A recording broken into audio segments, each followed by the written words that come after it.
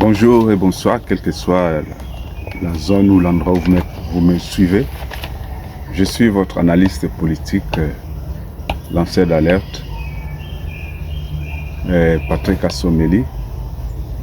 C'est pour moi un plaisir de vous parler à chaque fois quand je vois comment mes vidéos sont suivies, comment les gens apprécient mes analyses. Ça me permet encore de travailler plus pour aider mon pays. Je réponds toujours à ses devoirs. On peut servir son pays d'une manière ou d'une autre. L'essentiel de parler, l'essentiel de porter son pays. C'est aussi une façon de servir. Alors, là où on entame les derniers virages de l'année, bientôt l'année 2025 va s'achever. Je tenais ici, ou bien je tiens ici à faire une émission sur l'évaluation du gouvernement Souminois 2. Nous avons connu Souminois 1, maintenant nous avons Souminois 2. Je vais essayer un peu d'évaluer ce gouvernement par rapport aux actions qui ont été posées sur le terrain par les membres du gouvernement et l'action du président, comment ça s'est passé. Je parle de 2025. Je ne parle pas de 2024, je parle de 2025. Nous allons d'abord comprendre une chose, que le gouvernement c'est comme une équipe. Le président de la République, c'est lui le président de cette équipe. Il a nommé un coach. Le coach, c'est le premier ministre, chef du gouvernement, ce qui est en l'occurrence Souminois, Judith. Et les ministres qui sont appelés à mettre en pratique la politique gouvernementale du président, ce sont les ministres. Les projets de société du président, ce sont les ministres. En quelque sorte, comme ce sont les joueurs sur le terrain. Et chaque joueur est obligé à mouiller son maillot pour montrer de quoi il est capable. On lui donne un poste et il doit s'illustrer sur là où il est positionné. Quand le président vous fait confiance à l'entremise de son premier ministre qui vous a choisi, ça veut dire que vous êtes capable d'apporter quelque chose. Quel que soit. Je prends un exemple simple. Nous avons vu le président Constant Mutamba quand il a été nommé et quand il est arrivé sur le terrain, ministère de la Justice, il a vu son ministère. Il a constaté qu'il y avait beaucoup de failles, beaucoup de couacs. Il a réfléchi. Il a commencé par faire des réformes. Il a commencé par faire des choses. Nous avons vu des témoignages que des pères de famille qui ont été dépossédés de leurs biens, de leurs concessions, qui ont retrouvé grâce aux efforts de ces ministres.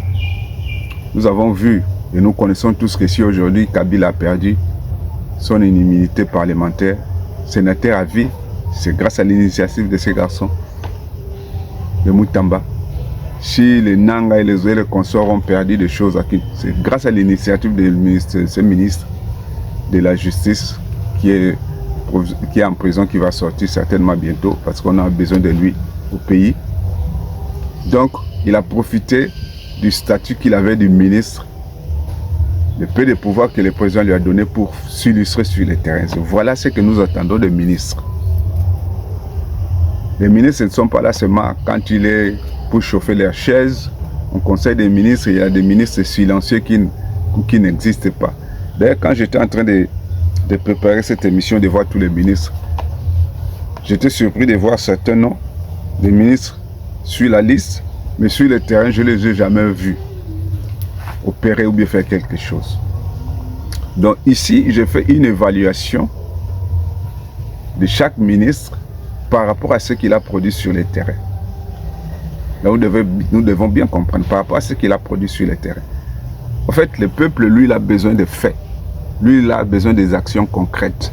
Il n'a pas besoin de discours, il a besoin, quand vous parlez de l'agriculture, tout ça là, vous parlez de la mécanisation, vous parlez de l'autonomisation, ce sont des discours, mais le peuple, lui, veut voir sur le marché des sacs de riz, sur le marché, les légumes en abondance. C'est ça la réponse du peuple. Ce ne sont pas des discours. Donc, Nous devons comprendre ça. Ici, mon analyse et mon évaluation se base sur ce que nous, le peuple, nous avons vu sur le terrain. Ce n'est pas une évaluation de la personne lambda comme la personne congolaise, mais c'est une autorité qui avait qui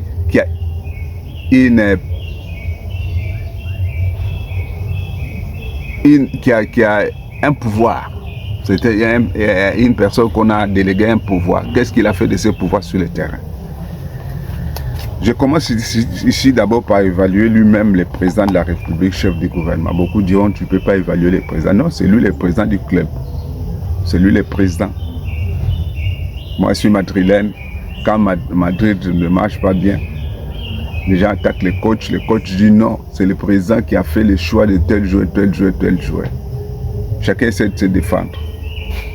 Donc, la première personne qui doit nous rendre compte par rapport à ce qui se passe sur le terrain, ce n'est pas Souminois, c'est le président de la République qui a délégué une partie du pouvoir à Souminois. Donc, commence d'abord par lui. Alors, le président de la République, tu sais, le président de la République, de la République démocratique du Congo, le président Félix Tshisekedi Tshilombo. Pour moi, je l'évalue à 8 sur 10. Il a 8 sur 10 d'évaluation. Pourquoi? Parce que nous avons vu sur le terrain tous les efforts. Tous les efforts que cet homme a entrepris sur le terrain pour donner un bien-être à sa population. Il s'est battu sur le plan diplomatique. Il a choisi certaines personnes autour de lui, croyant qu'ils peuvent lui rendre service malgré que c'est ce que les gens ont fait. Alors on pouvait même lui mettre 10 sur 10, mais il mérite 8. Pourquoi il mérite 8 sur 10? Parce que si on finit cette année 2025 avec une intégrité totale de la République, il a 10 sur 10. Mais on a l'impression qu'on va finir cette année avec des zones occupées comme Bunagana, comme Bukavu, comme Goma. Voilà pourquoi je lui donne 8. Parce qu'il n'a pas encore réussi à récupérer toutes ces zones. Et les jours où il récupérera toutes ces zones, il aura un 10 sans, il aura certainement un 10 sans problème. Là, c'est sûr. Pour le moment, j'évalue mon président, que j'aime beaucoup, à 8 sur 10. Quant à son premier ministre, chef du gouvernement, Souminois, on a apprécié le travail que cette femme fait sur le terrain.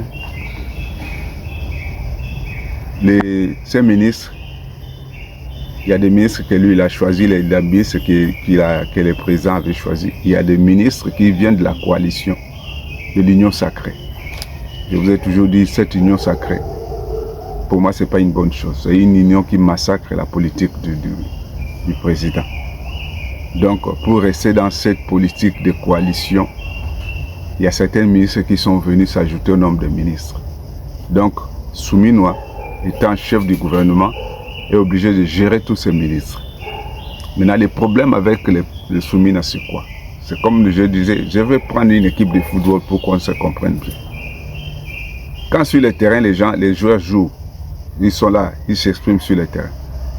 Celui qui ne fournit pas, qui ne donne pas un rendement souhaité, on les met à l'écart. On les met à l'écart. Un joueur qui est blessé, il demande à sortir. Mais ce que nous avons remarqué dans les gouvernements Souminois depuis son début jusqu'à présent, quelles que soient les failles qu'on peut trouver chez ces ministres, il y a des ministres qui ne démissionnent jamais. Il y a des ministres qui ne demandent pas à partir. Donc, le Premier ministre Souminois est obligé de faire avec parce que ce sont des ministres qui viennent, pour ne pas dire par recommandation ou bien par... Donc, à cause de ce manque de pouvoir, de prendre des décisions fermes sur le ministre, j'ai donné une évaluation de 6 sur 10 à Souminois. 6 sur 10 à Souminois parce que jusqu'à présent, il continue à travailler avec des ministres qui ne fournissent absolument rien. Un ministre qui ne fournit rien, ne donne pas un rendement, ne donne pas un rendement sur le terrain, c'est toi le Premier ministre qui prend les coups. Parce que c'est toi qu'on critique. Voilà pourquoi le Premier ministre, notre maman Souminoua, moi je lui donne 6. Le jour où il va prendre son rôle de coach de cette équipe, le jour qu'il va prendre le rôle d'Ancelotti de cette équipe, il saura mettre de côté ceux-là, même ceux qui viennent de ne sais même pas, mais qui sont là, qui n'ont pas un rendement. On doit les mettre à l'écart. Maman Souminoua, tu as 6 sur 10. Nous prenons maintenant les ministres, les vice-premiers ministres, qui sont des ministres clés de la République. Tous les ministres sont importants. Mais par rapport à la hiérarchie, nous avons les vice-premiers ministres. On a d'abord le ministre de l'Intérieur, Jacquemain Chabani, que j'ai donné ici 7 sur 10. Pourquoi 7 sur 10? Si Moutamba était encore au poste, le duo que Jacquemain Chabani formait avec Moutamba, lui à l'intérieur, Moutamba à la justice, au jour d'aujourd'hui, peut-être Chabani devait avoir 9, mais il a maintenant 8, il a 7 sur 10, parce que depuis que son associé Moutamba est en prison, on sent comme si les efforts qu'il fournissait par rapport à l'insécurité au pays, par rapport à la sécurisation de la population a un peu baissé. À l'époque, avec Moutamba, il était au four et au moulin, il était sur le terrain. Nous savons que Chabani fait un travail merveilleux. Mais il a un peu baissé sa dose, son énergie, sa fougue a baissé. Il est partout, il est à l'intérieur, il est en train d'assumer certains rôles, mais nous voulons qu'il donne encore plus. Qu'il ne régresse pas, mais qu'il monte. Voilà pourquoi j'ai senti que Jacquemain Chabani, le poids qu'il a, il n'arrive plus à avancer. Il est là, il stagne. Je ne sais pas si c'est par rapport à la charge qu'il a, mais il stagne. Là, il a 7 sur 10. Nous prenons maintenant le ministre des Transports, Jean-Pierre Bemba, le super ministre. J'aime toujours dire ça. Il avait dit un jour qu'il n'est pas venu au pouvoir, au gouvernement à cause de l'argent. Parce qu'il en a. Il n'a pas vu son statut. Parmi les ministres qui sont là, personne n'a un statut de Jean-Pierre Bemba. Jean-Pierre Bemba, dans un passé, il était vice-président de la République. Il s'est rabaissé pour prendre le poste d'un ministre parce qu'il veut servir son pays. Et il est l'un des ministres qui a, pour soutenir son président de la République, qui est aussi son frère et son ami, il a parcouru les villes, les villages pour mobiliser la population contre l'agression rwandaise. Nous l'avons vu sur le terrain. Et en tant que ministre des Transports, nous avons vu certaines améliorations. Et il a inauguré dernièrement les chemins de fer qui étaient vraiment en piteux état. Il a fait des efforts, il vient d'acquérir des avions pour le Congo. Et sur le terrain, on peut voir les réalisations de Jean-Pierre Bemba. Ce qu'il fait sur le terrain par rapport au transport, les embouteillages, les passeports, tout ça là. C'est pas vraiment ça, mais il fait. Pour ça, notre ministre de Transport, Jean-Pierre Bemba, a 7 sur 10. Nous prenons maintenant le ministre de la Défense, Guy Kabombo Modiamvita. Le ministre de la Défense, Guy Kabombo Modiamvita.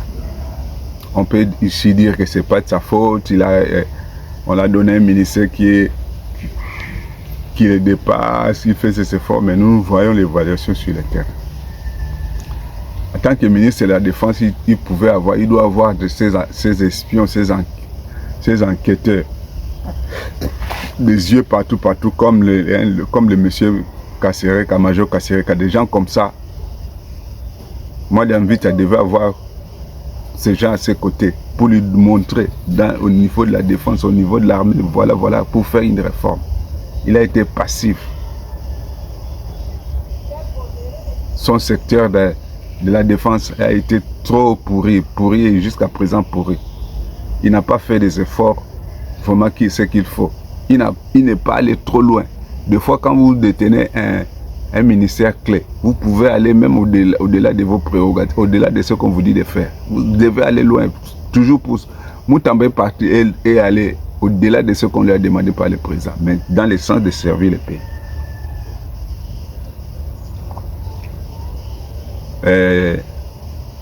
notre ministre que nous aimons beaucoup, peut-être au prochain gouvernement, il peut faire mieux. Parce qu'il vient, c'est comme un nouveau joueur qui arrive, il doit s'adapter, s'améliorer. Pour ça, le ministre de la Défense a 5 sur 10, parce qu'il a encore des améliorations à faire. Il doit être ferme, il doit proposer au président, il doit avoir les chefs d'état-major. Ce n'est pas les autres qui viennent pour dire que ce tel chef d'état-major est mauvais, ce tel chef d'état-major est mauvais. Les gens qui ne sont même pas des ministres. Mais vous qui êtes ministre, vous devez être au courant, vous devez vous entourer des gens qui doivent vous informer. Là, vous avez un peu failli, vous avez 5 sur 10. Alors, je prends le ministre de l'économie, Daniel Mukoko. Le ministre de l'économie, moi, je lui donne une note de 5 sur 10 parce que nous avons vu tout dernièrement les efforts qu'il est en train de faire par rapport à notre monnaie, par rapport au taux de dollar, par rapport à essayer un peu d'équilibrer, d'harmoniser l'économie qui a été complètement chamboulée au Congo, en RDC. Les efforts qu'il fait en rapport avec l'économie du Congo, les secteurs bancaires, les secteurs économiques, il est en train de faire un effort. Vous savez, il y a certains postes, certains ministères qui ne sont pas faciles, difficiles à gérer. Quand quelqu'un arrive à faire quelque chose, on lui donne un coup de chapeau. Donc, le ministre Daniel Mukoko, pour ça vous avez 5 sur 10. On vient au ministère des Budgets. Le ministère des Budgets, c'est un spécialiste qui est maintenant là, Adolphe Muzito. Mais même si vous êtes spécialiste, vous voyez, Lionel Messi, il est parti dans une équipe en Amérique là-bas, Inter Miami. Mais puisqu'il joue avec des joueurs qui ne sont pas du même niveau que lui, il a du mal à s'exprimer, à donner ce qu'il peut donner. On n'a pas dit que dans le gouvernement Soumino, il n'y a pas des excellents ministres, tout ça. Il y a des ministres, mais quand Adolphe Muzito entre en jeu à la 75e minute, nous devons lui donner le temps de s'améliorer, de voir son travail sur le terrain. Par rapport au travail qu'il fait sur le terrain, je donne 5 sur 10 au président, au ministre Muzito. Je lui donne 5 sur 10. Je donne 5 sur 10 à Muzito. Parce que la tâche qu'il a accomplie, ce n'est pas facile. C'est une tâche vraiment difficile. Mais pour la fin de cette année, par rapport à ce qu'il fait sur le terrain, par rapport à l'amélioration du budget, parce que tout le budget de l'État, c'est lui qui doit chercher à étudier comment dispatcher ça. 5 sur 10. Maintenant, nous avons un super ministre, le ministre de la fonction publique, Liaou Jean-Pierre. Lui, là, il a 8 sur 10. Le ministre Liaou a 8 sur 10 parce que sur le terrain, nous avons vu une amélioration incroyable dans le domaine de la fonction publique, dans le domaine de la fonction publique. On voit aujourd'hui que nos fonctionnaires assurent une certaine sécurité, une certaine paix par rapport à ce que les ministres leur proposent, ce qu'ils font sur le terrain, les réformes. On peut être aujourd'hui sûr d'avoir une retraite assurée et qu'à la fin Donc je disais que le ministre de la fonction publique, Liaou Jean-Pierre, a 8 sur 10. Nous passons maintenant au ministre d'État. Nous avons notre ministre d'État, Guy Niembo. Je vous ai dit ici que moi j'évalue par rapport à ce qui se passe sur le terrain. Le ministre d'État, Guy Niembo, sur le terrain, dans son ministère du plan, concrètement sur le terrain, je n'ai pas vu ce que cet homme a fait.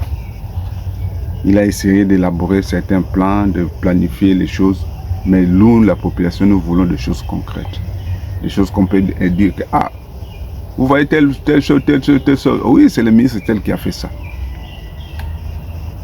Nous voyons les 145 territoires là, c'était le ministre de la planification à l'époque, Soumino, quand elle était ministre, elle avait organisé. Lui, je crois bien pour le moment, il ne fait que suivre ce que les autres ont laissé. Je ne sais pas si lui-même il a essayé d'initier quelque chose. Pour ça, je lui donne 4 sur 10. Le ministre des Affaires étrangères, c'est celle-là, ministre Kaikwamba Thérèse. C'est celle-là qui a redonné la joie aux Congolais, qui a encore boosté l'image des Congolais. On parle du Congo partout. Il y a certains peuples, certaines populations qui ne connaissaient pas le Congo. C'est grâce à cette femme-là que le Congo, elle a parlé partout, aux Nations Unies, partout dans toutes les institutions pour défendre le Congo. Vous demandez à un enfant, vous connaissez Thérèse Kaikwamba. L'enfant dira que je la connais. C'est le ministre des Affaires étrangères. Elle a 9 sur 10. Là, on ne peut rien dire. On ne peut pas lui donner 10, mais elle a 9 sur 10 parce que c'est une femme qui a fait la fierté des Congolais. Le ministre de l'Agriculture, Mohindo Zang. J'aime ce ministre parce qu'il connaît parler, il parlait, mais sur le terrain, on n'a pas vu ce qu'il a fait. Ce que le ministre Kassongo Kabouik a fait à Kanyamasese, la production, tout ça là, c'est lui qui devait même faire ça. Il devait faire ce que l'autre a fait. Depuis qu'il est là, il devait récupérer même... il devait récupérer l'autre là. Comment on appelle ça? Là où Matata Pogno avait détonné. Bukangalonzo. Essaie d'être sur le terrain. Faire des actions concrètes. Peut-être aujourd'hui, là, les marchés quinois seraient abondés de tout ce que nous avons produit. On n'a pas vu. En dehors de ce que le général Kabouik a fait. Pour cela, le ministre Mohindo Nzangi pour le match à 4 sur 10. Le ministre de l'Industrie, Aimé Boji. Quand on parle de l'industrie, on voit ce que nous pouvons faire. Il y a un Congolais qui vit aux États-Unis d'Amérique qui avait créé une marque de téléphone. Je crois que c'est Léopard. Il a demandé qu'il y ait une production en masse au niveau du Congo. Une industrie, quelque chose qui devait se faire au Congo, une unité de production de ces téléphones. On n'a jamais vu. Il faut sauter sur des opportunités comme ça pour créer des actions et ce sera en votre faveur. Rien. Il y a des gens qui veulent venir investir au Congo dans les industries. Je ne vois pas la politique initiée par le ministre Boji, Aimé Boji, par rapport à son département de l'industrie. Qu'est-ce qu'il fait? Sur le terrain, on ne voit rien. Le ministre a 3 sur 10. Je vois maintenant le ministère des Affaires sociales avec Maman Eve Bazaïba. Si on peut couronner la longévité des ministres dans le gouvernement, on prend Bazaïba est dedans. Elle était ministre de l'Environnement, elle était, et maintenant elle est ministre des Affaires sociales. Maman, sur le terrain, on ne voit pas pratiquement rien. On ne voit pratiquement rien. Un ministre des Affaires sociales, la ville de Kinshasa, c'est une ville qui est socialement pauvre, socialement dépendant, socialement, comment dire, la vie sociale, la société congolaise dans le social a besoin d'un soutien, a besoin. Quand Élisée Tamboué, l'actuel ministre d'État, ministre délégué à la Défense, il a toujours son parti politique. Il avait initié une situation, Pesa Moninga sourire. On voyait des paralytiques, on voyait des nécessités venir chez lui. Il n'était qu'un simple député. Il a fait les social sur le terrain, des actions concrètes. Madame la ministre, ce sont des actions comme ça. Aller dans les prisons, faire des actes sociaux, tout ça là, dans les provinces, là où les camps de déplacés, dans les provinces, tu n'es même pas allé pour mettre pied là-bas. On parle de quoi sur les sociales que tu gères? Je ne sais pas. Voilà pourquoi il y a certains ministres qui sont là par reconnaissance, ou bien parce qu'ils représentent leur parti, leur mouvement dans le gouvernement. Sur le terrain, on ne voit rien. Pour ça, la maman Bazaïba, tu as 2 sur 10. Quand tu fais mieux, on te donne mieux. Quand tu ne fais rien, on te donne ce que tu mérites. Le ministre de la Justice, Guillaume Ngefa. Guillaume Ngefa, Je me pose la question, quand on passe à la télé, le conseil des ministres, je fouille M. Ngefa, je ne le vois même pas. Sur le terrain, on ne voit pas. Celui que tu as remplacé, on ne parlait que de lui. Même à l'étranger, on ne parlait que du ministre de la Justice. Parce qu'il savait, il y a à Kinshasa, au Congo, en RDC, beaucoup sont lésés par la justice. Alors on a besoin d'un ministre qui peut être là pour défendre, pour soutenir, pour créer des actions en faveur de la population contre cette justice-là qui est devenue une oppression pour la population. Mais M. Ngefa, tu es où?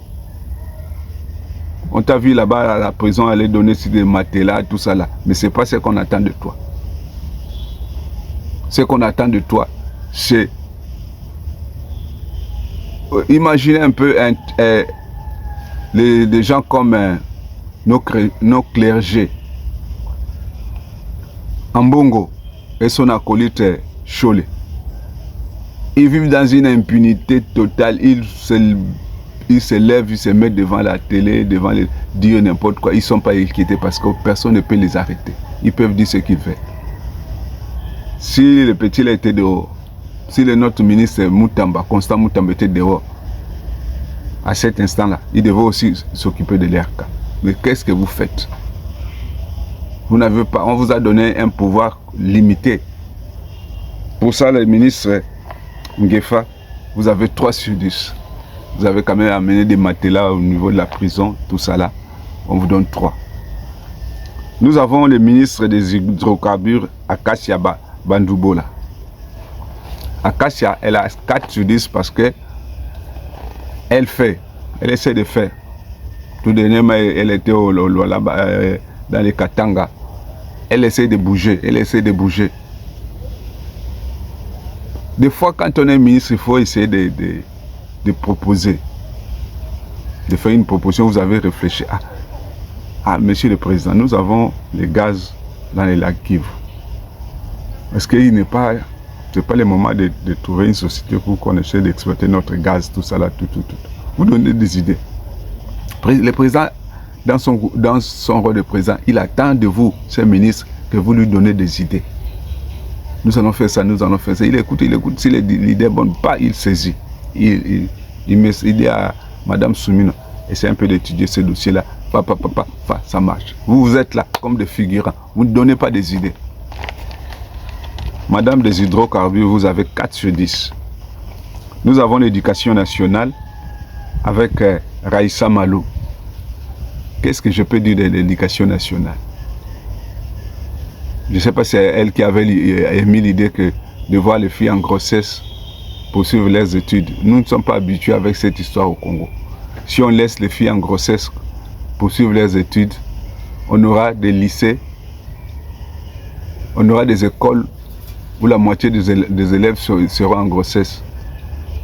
Parce qu'ici, les enseignants savent ce qu'ils font, même les élèves entre eux. Et surtout, à l'époque des réseaux sociaux où tout se passe. Vous allez être dans une salle de classe, s'il y a 13 filles, 14 garçons, vous risquez d'avoir 13 grossesses dans la salle de classe. Pour cette idée seulement, madame, vous avez 4 sur 10. Pensez mieux pour le Congo. Urbanisme et habitat, Alexis Guissaro. Alexis Guissaro, je ne sais pas. Je ne sais pas, le monsieur là est là.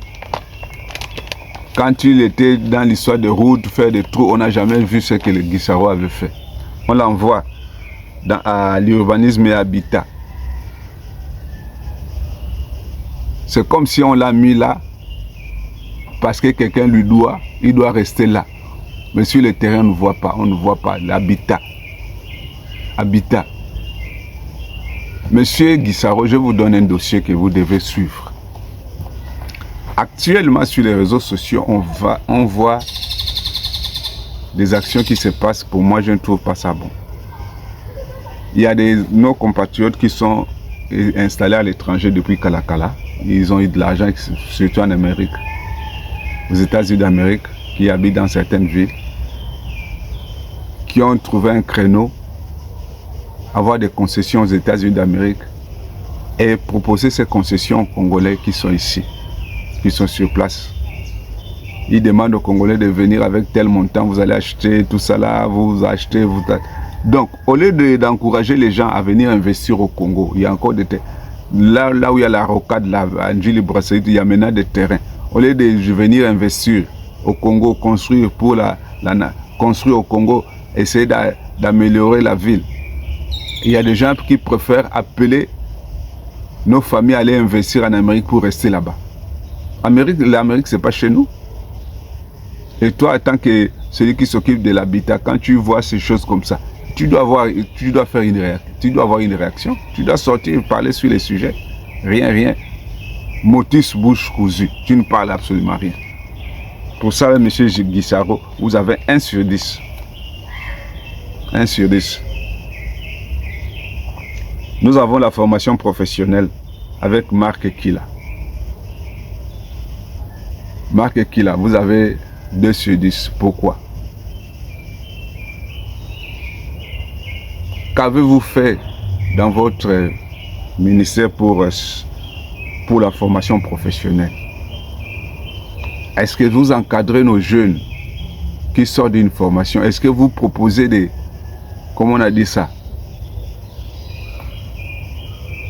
Des stages de formation professionnelle à tous ces enfants qui sortent? Qu'est-ce qu'on leur propose? Vous savez, la formation professionnelle au Congo ne devait même pas être une préoccupation de l'État parce que l'État ne fait rien pour ceux qui cherchent à avoir une formation professionnelle. Les gens se débrouillent depuis Kalakala. Oh, chez nous, on dit système de débrouiller pour vivre. C'est un enfant qui sort de la maison qui dit non, ça n'est assez, je ne peux pas faire la mécanique, je ne peux pas faire ça là, je peux faire. Les gens se forment pour aller s'installer dans la vie sociale, trouver un boulot pour nourrir sa vie. Si l'État pouvait aider ces personnes-là, mettre des structures pour aider ceux qui veulent se former professionnellement et après la formation, les orienter et des moyens d'accompagnement pour déposer les gens partout. L'État n'a jamais fait. Les gens se débrouillent seuls. Maintenant, ici, là, formation professionnelle. Quels sont les professionnels que l'État a déjà formés par rapport à sa politique? Dans quelle institution? Dans quelle partie du pays où on a pris des gens sur la route, des chômeurs, tout ça, on les forme? Dites-moi dans quelle partie. Oh. Ministre, vous avez 2 sur 10 parce que vous ne savez pas initier des actions. Il faut initier des séminaires, des formations, tout ça là. Nous partons au développement rural. Grégoire Moutombe. Développement rural. Dites-moi, quand on parle de développement rural avec les ministres Grégoire Moutombe, dites-moi, vous avez vu l'action de son développement rural dans quelle partie? Nous savons tous que la population, l'exode rural aujourd'hui a bâti son plein. La majorité des villageois quittent les villages, quittent les zones reculées pour venir s'entasser à Kinshasa. S'il y avait une politique de développement rural dans toutes nos provinces, les gens allaient se former là-bas, allaient se développer là-bas, au lieu de venir à Kinshasa. Ministre, vous avez 2 sur 10. Relation avec le Parlement, Guy Luando. Relation avec le Parlement. Des fois, quand vous nommez les gens, vous leur donnez des postes ministériels comme ça, vous devez expliquer à la population, voilà ce que cet homme va faire. Voilà ce qu'il va faire. Ce n'est pas créer des postes pour placer certaines personnes qui vous ont aidé. On crée un poste, mais sur le terrain, on ne voit pas. Relation avec le Parlement. Qu'est-ce que Guy Luando a fait? Qui nous dit que c'est lui qui a fait ça. Quand le Parlement a fait ça, des relations avec le Parlement, c'est lui qui a fait. Je ne vois pas. Pour moi, Guy Luando a 1 sur 10. Nous passons maintenant au ministre simple. On a commencé par les ministres, les vice-premiers ministres. On a vu les ministres d'État. Maintenant, on voit les ministres simples. Les ministres simples, nous avons les ministres des Finances comme Doudou Fwamba. C'est un ministre qui se bat, qui essaie de donner un certain équilibre à notre finance, qui est pas, ou bien qu'il n'y ait plus de détournements, que les fonds alloués à l'État dans certains secteurs, dans certains ministères, dans certains départements soient bien gérés.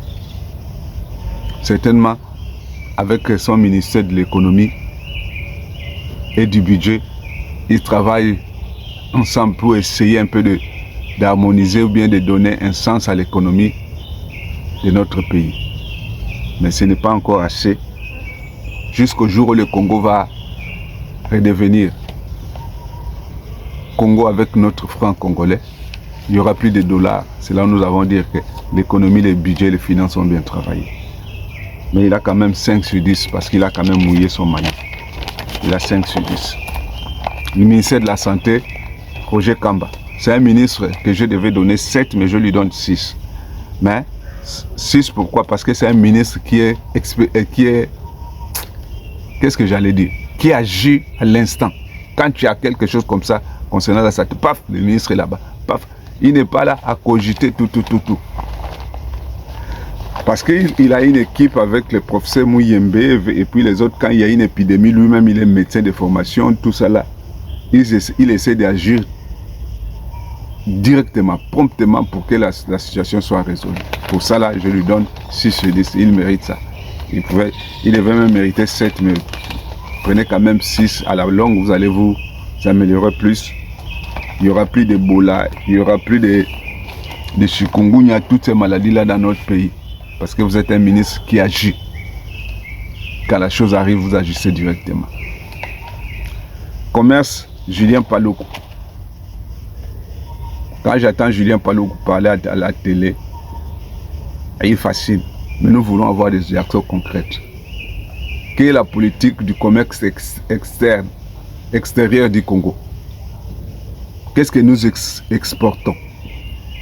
Monsieur Julien, qu'est-ce que nous importons dans notre pays et qu'est-ce que nous exportons? Où nous allons dire que, voilà les actions que le ministre Paluku a fait. Vous avez initié certaines réformes, bien sûr, mais nous voulons avoir du concret. Pour ça, là, monsieur Paluku, je vous donne 5. Et quand je faisais mes notes là, je vous avais mis 3. Mais je me suis rappelé que vous êtes quelqu'un, vous vous battez aussi. Vous avez fait certaines réformes, mais vous avez 5. Les ministres de l'Environnement, Marie Nyangué, bon. Il y a d'autres qu'on dira que ce n'est pas de sa faute. Ce sont les moyens qu'on a mis à sa disposition. Il n'arrive pas à faire. Notre environnement, l'environnement du Congo n'est pas bon. L'environnement congolais n'est pas bon. Mais il faut certainement des moyens pour arriver à parler du ministère de l'Environnement. Et pour avoir des moyens, vous, ministres, vous devez taper les points sur la table. Allez voir ceux qui sont chargés de vous donner les moyens. Et puis, pour que les gouvernements vous donnent un moyen par rapport à vos ambitions, vous devez faire un projet, construire un projet sur ce que vous devez faire. Vous présentez ça au Premier ministre. Le ministre monte ça au ministère du Plan. Le ministère du Plan donne ça au ministère du Budget. Le budget, il étudie. Le ministère des Finances sur les moyens. Si vous ne faites pas, vous allez avoir quoi? L'environnement sera toujours comme ça. Pour l'environnement, vous avez 3 sur 10. John Banza, qui est aux infrastructures et travaux publics. Bon, vous avez hérité d'un poste tellement difficile, mais vous avez quand même des moyens. Vous avez la chance de trouver des structures déjà placées. Je vous tire mon chapeau par rapport aux efforts que vous faites, aux rocades que vous faites à Kinshasa. Vraiment, quand on suit ça sur YouTube, ça nous donne le plaisir de voir ces routes bien là. Et puis, je sais que vos efforts aussi sont dedans. Et ces infrastructures-là ne seront pas seulement pour Kinshasa. Je sais qu'à la longue, vous allez partir dans les provinces. On a vu dans les provinces, dans les Kasaï, il y a des choses qui se font. Mais on n'a pas encore fait assez. Il y a aussi des infrastructures ferroviaires qui doivent être vues. Pour ça, à cause des efforts que vous faites là, Monsieur John Banza, vous avez 5 sur 10. Enseignement supérieur et universitaire. Enseignement supérieur et universitaire avec Marie-Thérèse Sombo. Enseignement supérieur et universitaire. Qu'est-ce qu'on peut dire de l'enseignement supérieur et universitaire? Ça fait longtemps que nos étudiants dans les écoles, de nos écoles supérieures, étaient vraiment, avaient une bonne image.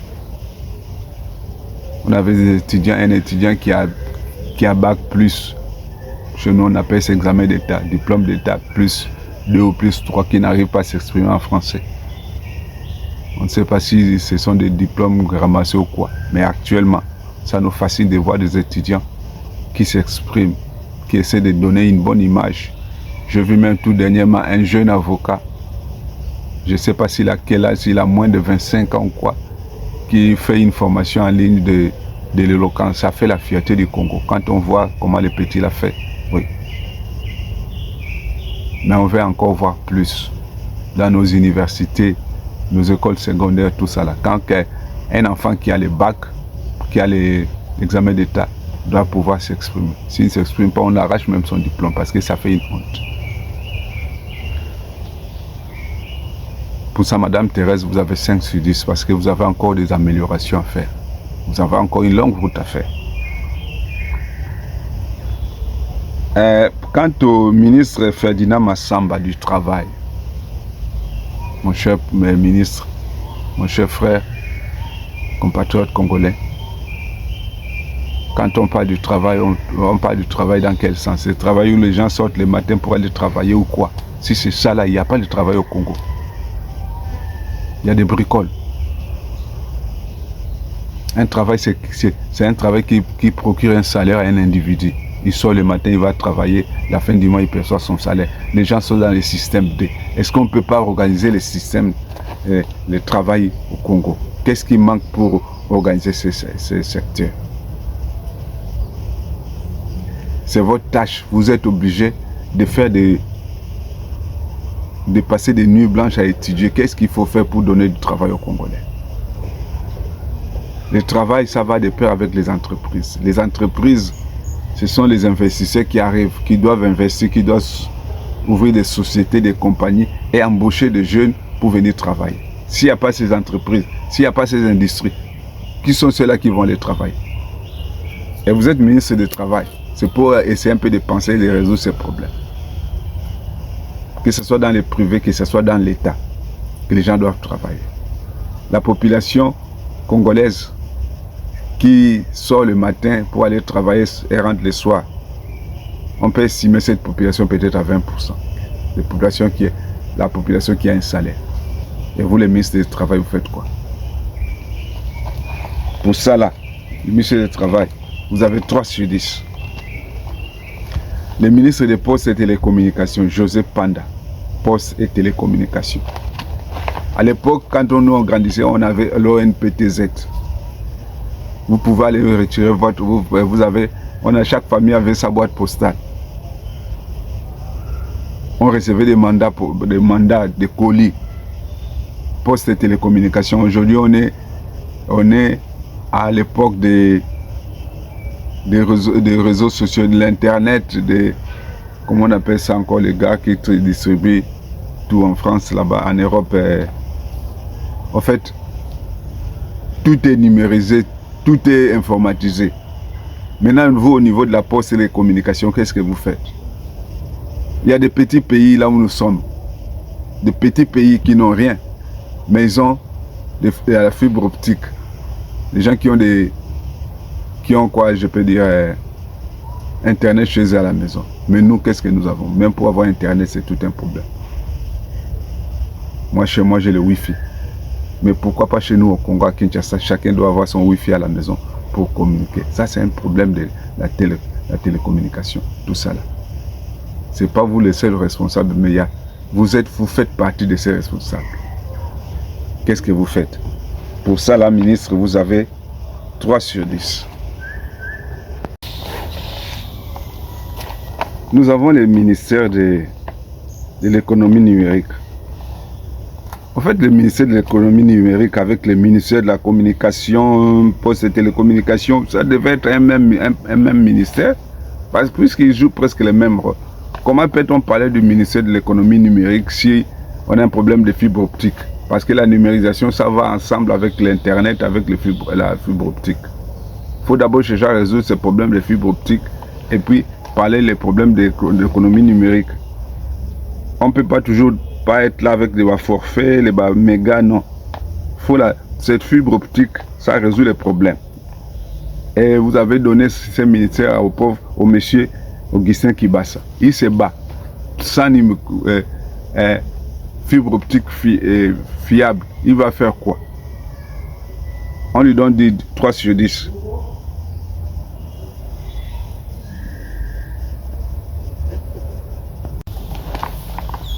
Nous avons le ministère des Mines avec Louis Ouatoum. Vous savez, il y a certains ministères, c'est difficile de parler de ces ministères parce que nous sommes dans une période trouble. Et la majorité de son secteur d'activité, c'est là où il y a les zones troubles. Mais malgré ça, il essaie un peu de bouger, de sortir de la tête de l'eau, de voir les problèmes des mines,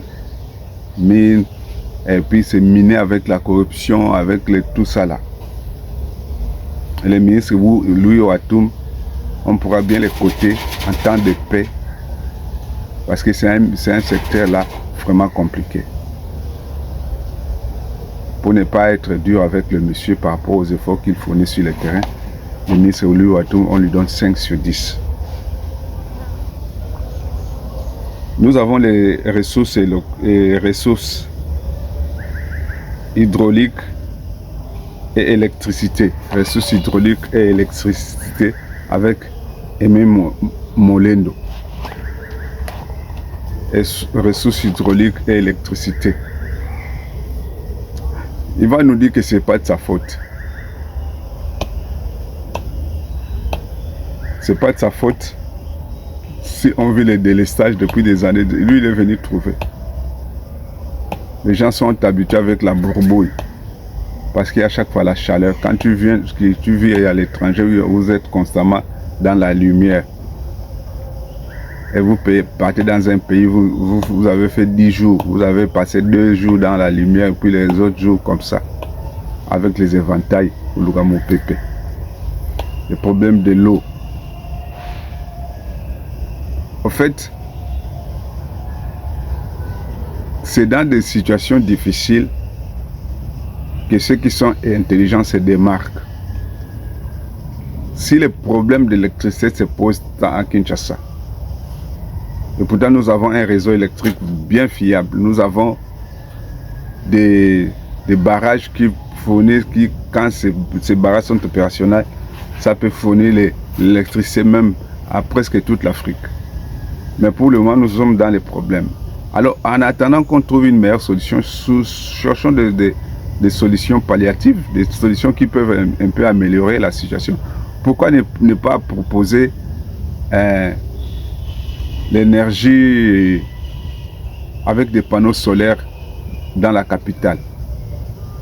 Si on initie cette énergie avec panneaux solaires, il y aura beaucoup qui vont être dans les panneaux solaires et ça va résoudre, ça va diminuer un peu la capacité qu'a cette population de tirer l'énergie du courant. Parce qu'il y a trop. Une capitale avec 20 millions, peut-être 25 millions d'habitants. C'est normal, si nous n'avons pas de générateurs électriques puissants, la ville ne sera jamais complètement alimentée. Mais c'est à nous, le ministre qui est là. C'est à lui de chercher à avoir des idées et transmettre ses idées. Ce n'est pas lui qui sort l'argent. Il suffit seulement d'avoir des idées et les transmettre au reste du gouvernement. Si l'idée est bonne, les gens s'appliquent. Le problème de forage, celui qui avait eu l'idée de faire les forages avait trouvé une bonne idée pour résoudre un peu les problèmes d'eau. Mais comme les détournements, la corruption, le marché des forages là est tombé à l'eau. On peut toujours remettre ça. Et cette fois-ci proprement. Parce que le ministre n'est pas parti loin dans son raisonnement et les gens continuent à souffrir. Les ministres, vous avez 2 sur 10. Communication et médias, Patrick Mouyaya. Ce que je reproche au ministre Patrick Mouyaya. La communication et médias. Vous avez laissé la fenêtre ouverte, la porte ouverte à tout le monde de communiquer n'importe quoi. Ce qui fait que Chole et Ambongo peuvent communiquer tout ce qu'ils veulent sans inquiétude. Et celui qui gère la structure là, si c'est un sac ou quoi, comment il s'appelle encore? Ah. Celui qui gère la structure pour contrôler les communicants, Bosembo. Les frères là, Bosembo, si c'est Bosembo. Il doit marteler, il y a certains communicateurs, quand ils passent à la télé, vous savez que celui-là est contre le pouvoir et celui-là est pour le pouvoir. Ce que l'autre là venait de dire tout dernièrement. Parce qu'il y a des communicateurs qui sont vraiment suivis, les journalistes qui sont suivis. Quand il dit quelque chose, il touche à peu près des millions de gens. Lusako ne sort à la télé pour dire ce qu'il avait à dire, même s'il avait raison ou quoi. Mais il n'est pas la personne autorisée pour venir dire des choses comme ça. On se demande Lusako est pour le pouvoir ou contre le pouvoir. Quand il dit que ce que nous vivons ici, les fautifs sont le ministre de la Défense, le chef d'état-major de l'armée et le chef suprême de l'armée, le président de la République. Il a dit ça devant les médias, il a répété, et sans inquiétude. Israël Mutombo aussi vient dire, il faut sévir. Comme disait mon major Kassereka, à l'époque de Kabila, si quelqu'un sort à la télé, dit seulement certains dérapages, les jours qui viendront là, vous n'allez plus les voir. Comme chez nous, dans notre gouvernement, il n'y a pas ça, il n'y a pas cette fermeté, il n'y a pas cette... Les gens se permettent de dire n'importe quoi. Voilà, Chole, quand il se réveille un matin, il réunit les gens, il parle n'importe quoi. En Bongo, parce qu'il n'est pas inquiet, personne ne viendra l'arrêter. Ministre de la Communication, Patrick Mouyaya, vous n'êtes pas seulement là à faire les porte-parole du gouvernement, la redevabilité que vous faites souvent. Vous devez prendre certaines décisions. Vous avez ce pouvoir. À cause de votre passivité là, Mouyaya, vous avez 5 sur 10. 5 parce que vous parlez bien pour les pays, même à l'étranger, vous les faites bien. Mais vous devez faire plus. Aménagement du territoire, Jean-Lucien Boussa. Vous avez 4 sur 10.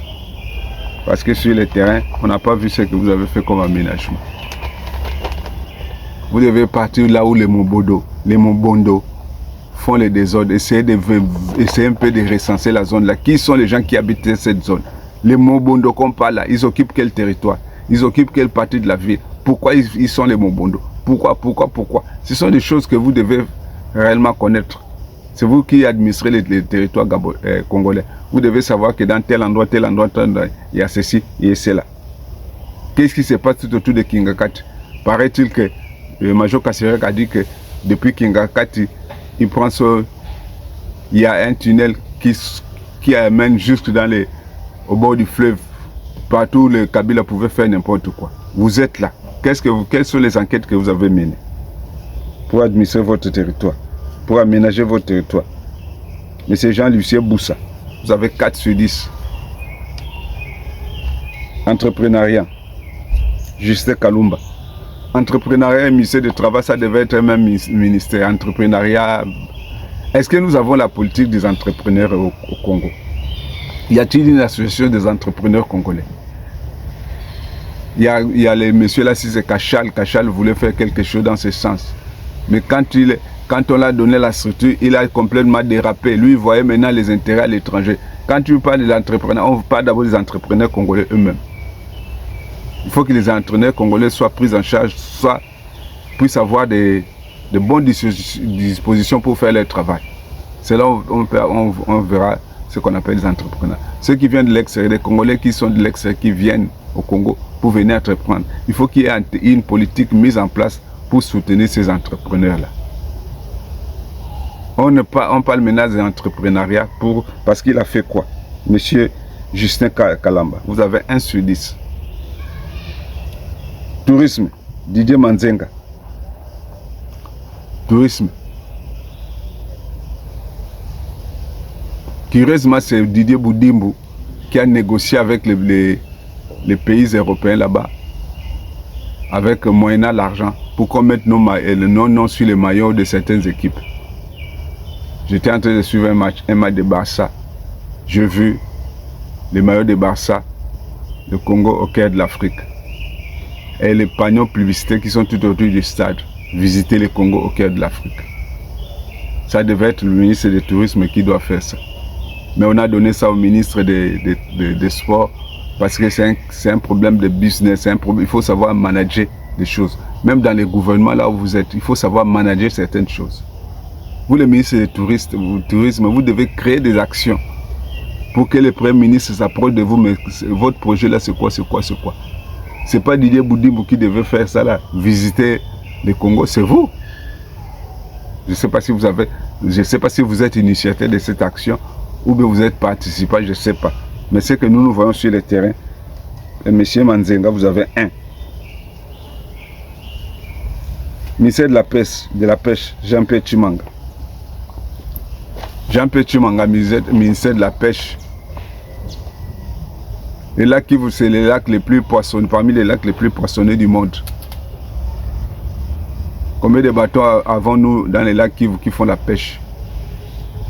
On nous a appris que le gouvernement congolais a commandé des bateaux de pêche en Égypte, partout là qui arrivent. Où sont-ils ces bateaux de pêche? Quand est-ce qu'on aura l'abondance de poissons pêchés au Congo dans nos marchés? Il n'y a rien.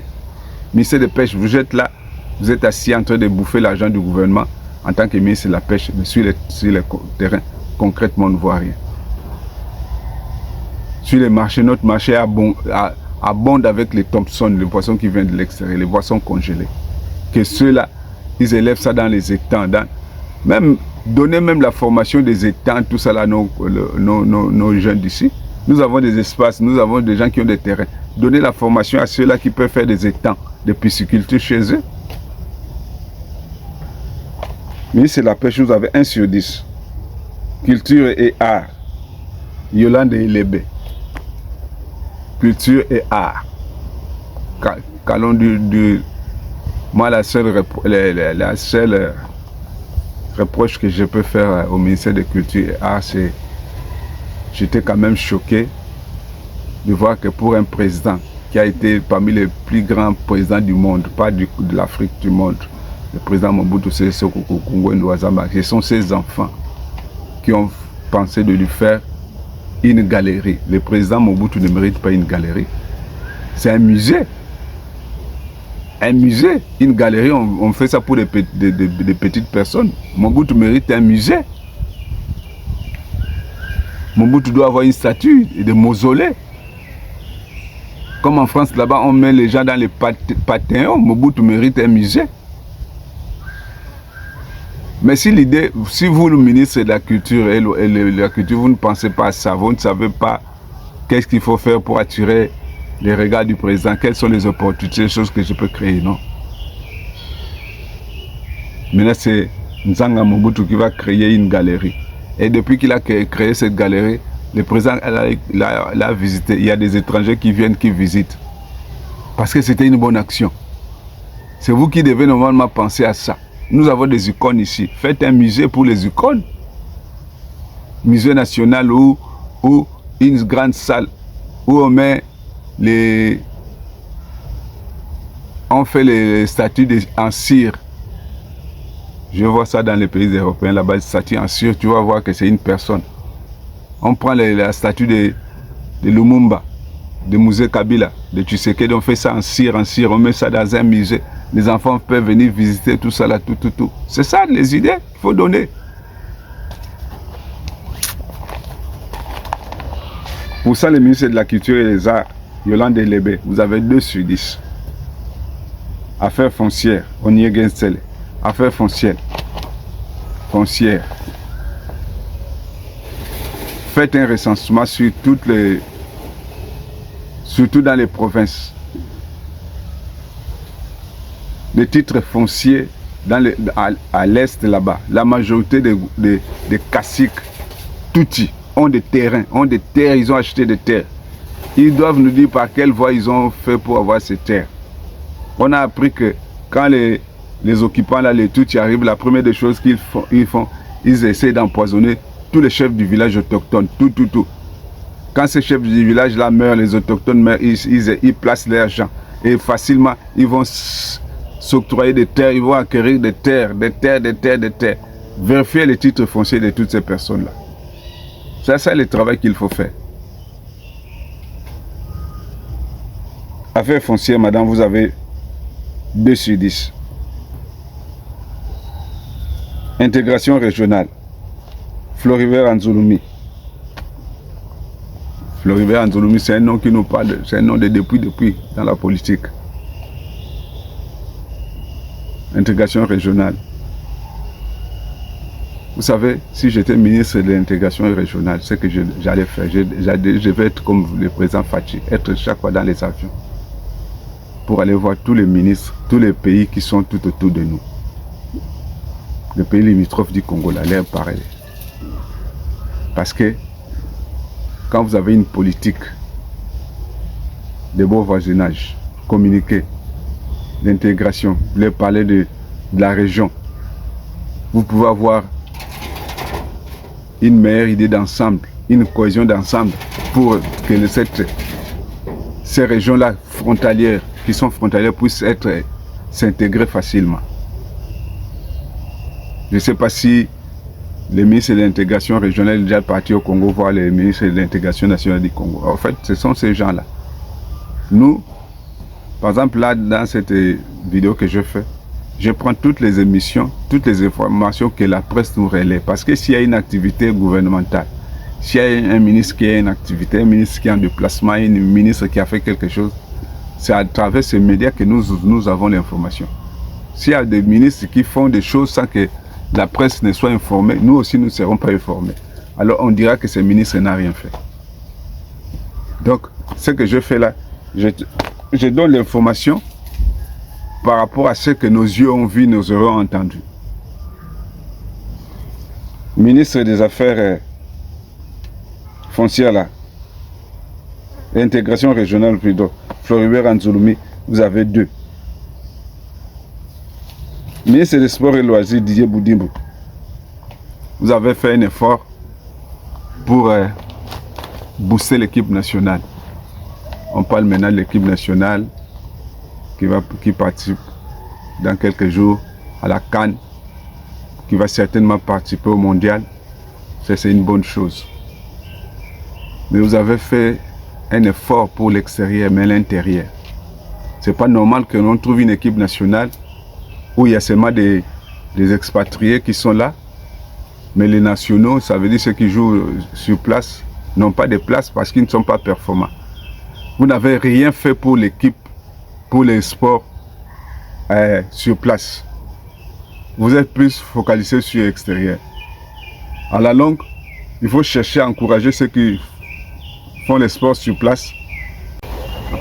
Donc Didier Boudimbo doit beaucoup encourager le sport national, lutter pour la remise intégrale du championnat, faire des nationaux, des vrais compétiteurs qu'on peut venir chercher ici.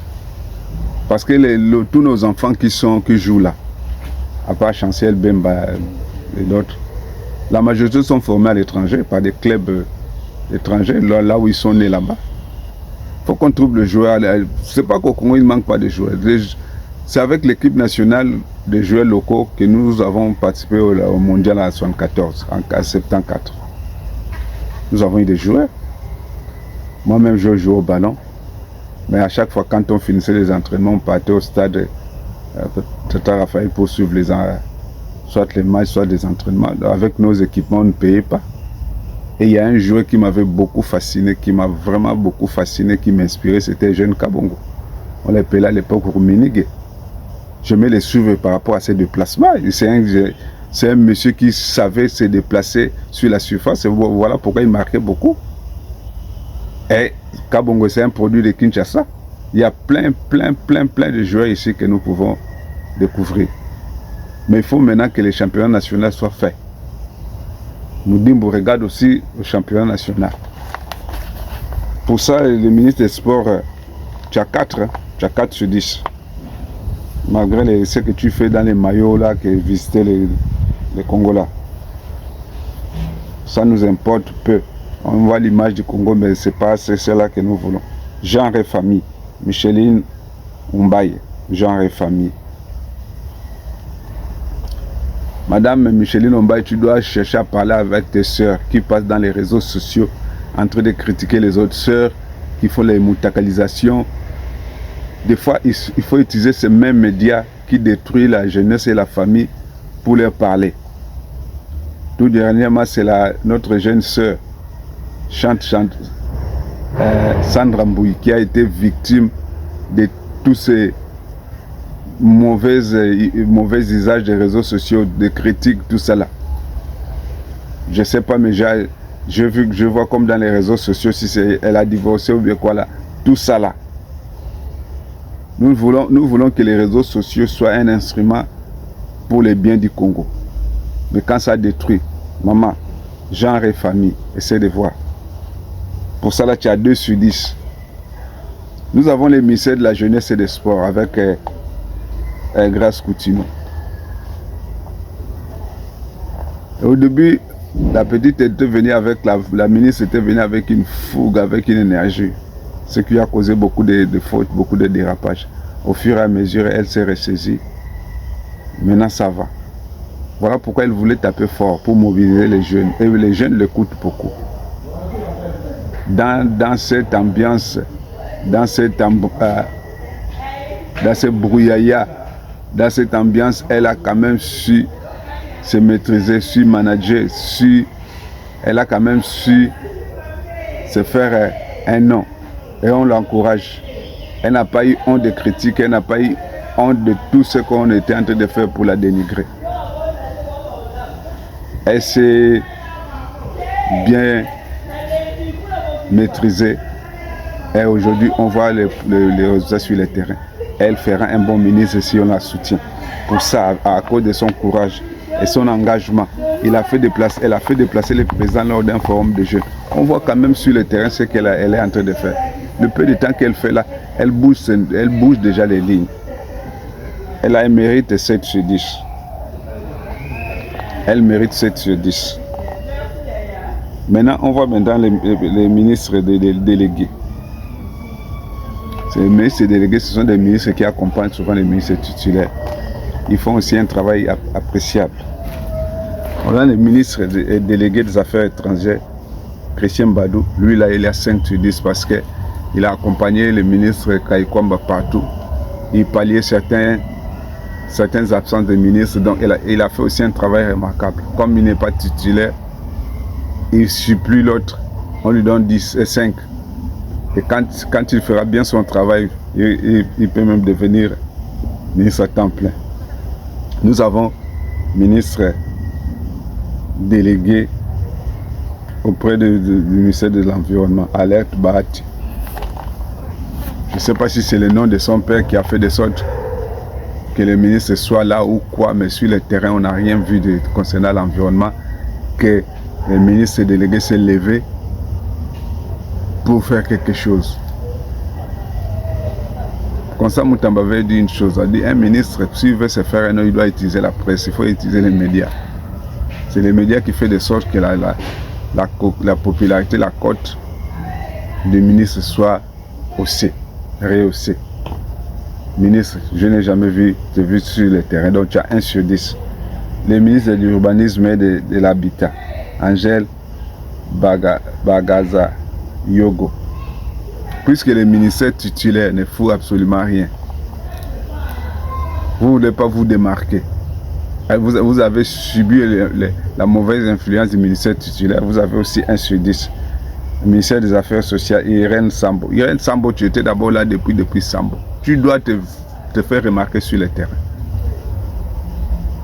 Sur le terrain, on doit attendre parler de Irène Diab. Quand il est fait comme ça, organiser quelque chose pour les enfants, tout ça là, vous ne le faites pas. Vous avez 1 sur 10.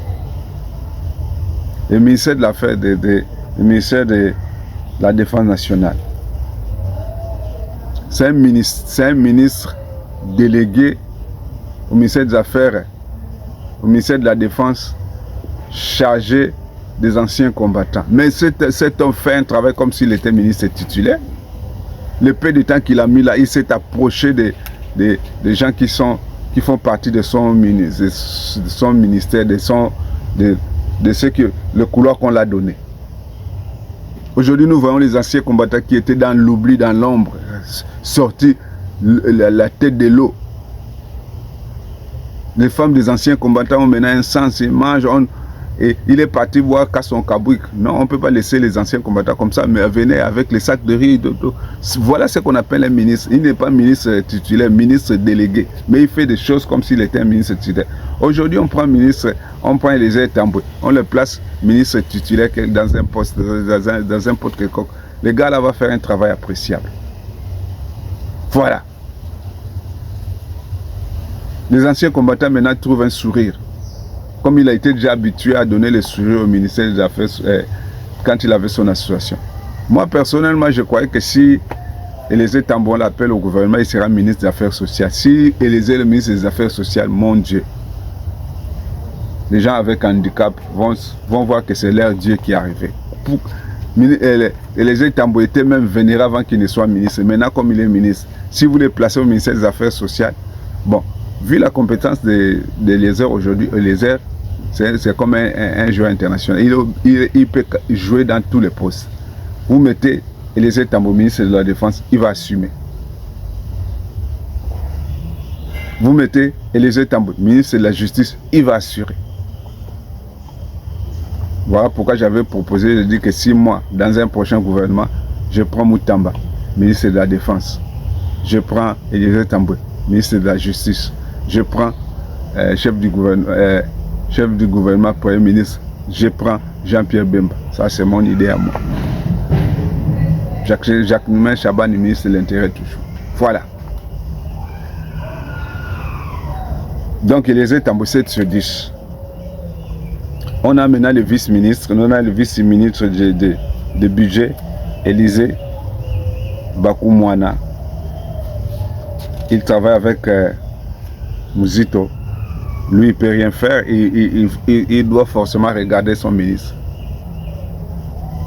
Donc, on lui donne 5. Donc, sa cote dépend aussi de la cote de son ministre. Parce que le ministre travaille avec ses collaborateurs. Si ce ministre est performant, il entraîne aussi les autres. Voilà pourquoi je lui ai donné 5. Le ministre de l'Intérieur, Eugénie Tchala. Ah, celle-là a 6. Parce qu'on a vu à l'époque de Constant Moutamba, des fois, si on ne voyait pas Jacques May sur le terrain, c'est elle qui était sur le terrain. C'est elle qui fait. Elle s'était fait remarquer, cette femme-là. Et même jusqu'à l'intérieur, dans les provinces, elle partait. Elle mérite 6. Affaires étrangères, Noëlla Ayenagato. Elle aussi, elle mérite 6. Parce qu'on a fait parler d'elle aussi. Des fois, elle s'est manifestée dans les comptes de la diplomatie congolaise. On veut ce genre de ministre, même si le ministre titulaire est absent, mais on sent que le ministre qui remplace mes ministres délégués, mes ministres simples, mes vice-ministres, est en train de faire quelque chose. Elle mérite 6. Ministre des Finances, Gracia Yamba. Elle a 4 sur 10. Éducation nationale, Théodore Kazadi. Monsieur Théodore Kazadi, si vous voulez faire quelque chose, tout ce que votre ministre titulaire n'arrive pas à faire, il faut avoir les yeux, il faut des fois bousculer le destin, essayer de chambouler les choses. Vous êtes un homme, vous pouvez aller sur le terrain faire des choses comme ça. Comme vous l'avez fait, vous ne l'avez pas fait, vous avez 2 sur 10. Affaire coutumière, Ndeke Kata, Katourezé de Jean-Baptiste ou de Jean Bosco, je ne sais plus. Vous devez aller vérifier tous les titres fonciers des gens qui ont pris la majorité des terrains à l'est là-bas, ministre des Affaires foncières. Vérifiez, il y a des Rwandais qui ont acquis des terres, des terrains. Là, on est en train de parler des infiltrations. On a vu l'armée, on va voir l'administration, on va voir la police, on va voir tous les secteurs. Mais dans les cas du foncier aussi, il y a des infiltrés. Ils se sont infiltrés pour prendre nos terrains. Si vous, qui êtes chargé de ça avec votre ministère de tutelle, vous ne le faites pas.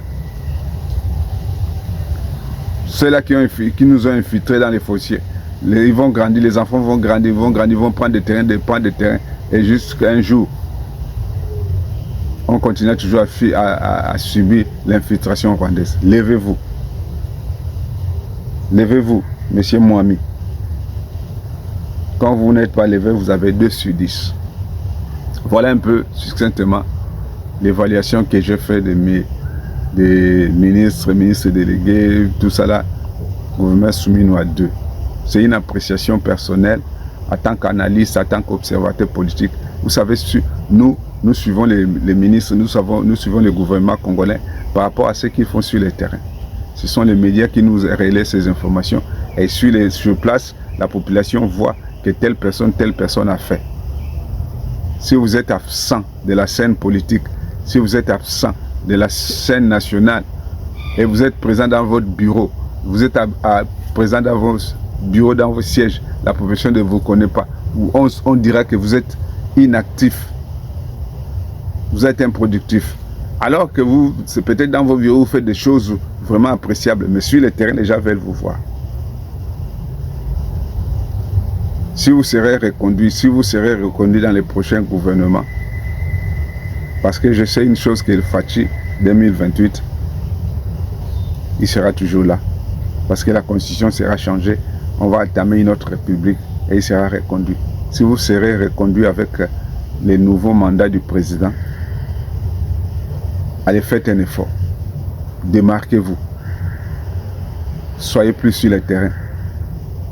Faites que la population se souvienne de vous. Beaucoup font des choses pour que Tshisekedi se souvienne d'eux. Mais nous voulons que vous fassiez des choses pour que la population se souvienne de vous. La population se souvient de Mutambao. L'histoire du Congo se construira, s'écrira. On parlera du Congo. Et il y aura un chapitre qui sera destiné à Constant Mutamba. Parce qu'il a su parler.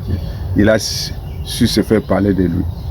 Jean-Pierre Bemba, il a déjà des pages de l'histoire dans notre histoire du Congo. Il continue à écrire, à mettre encore des pages. Aujourd'hui, les gens voient Jacquemain Chabani. Eliezer Tambouy est déjà dans la mémoire de la collective de la population. Merci pour ceux-là qui ont eu de mauvaises notes. Ne vous en voulez pas à moi. Faites des efforts. Si on vous évalue comme ça, pour que prochainement vous faites plus. Moi, au collège Boboto, là où j'ai appris, avec les prêtres, je disais le père Lambert, qu'est-ce qu'il disait? Il nous demandait de travailler dans la concurrence. Dans la concurrence, comment? Si mon voisin a eu 7 sur 10 dans une matière, je dois tout faire pour le dépasser. Mais pas dans les kindoki, dans la sorcellerie, dans la jalousie, non. Je dois me battre, me performer pour faire plus que ce que mon voisin a fait. Ils nous ont formés à travailler dans la concurrence. Une concurrence productive, une concurrence active, une concurrence évolutive. Je vois là que mon ami, peut-être celui qui était à côté de moi, au collège là-bas, pas dans les primaires, mais à l'école secondaire, c'était Tezangi. Tezangi Azakala. Tezangi a eu 12, ou bien Momo Konzi, a eu 12 sur 20.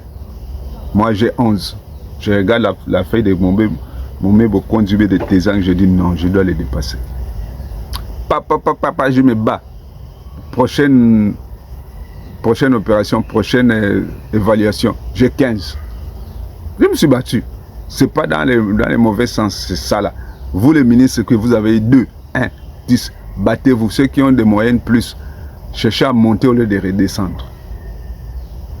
Merci beaucoup. Partagez massivement ma vidéo. Je veux que dans les commentaires, nous puissions parler s'il y a des choses à voir qu'on peut améliorer. Si vous avez apprécié mon idée, c'est dans les commentaires que nous pouvons avoir ça. Likez, partagez, et ceux qui ne sont pas encore abonnés, abonnez-vous dans ma chaîne. C'est PLCF News. Parlez les lingala du Congo facilement. News. Je suis votre humble serviteur, Assomeli Patrick. Que Dieu vous bénisse.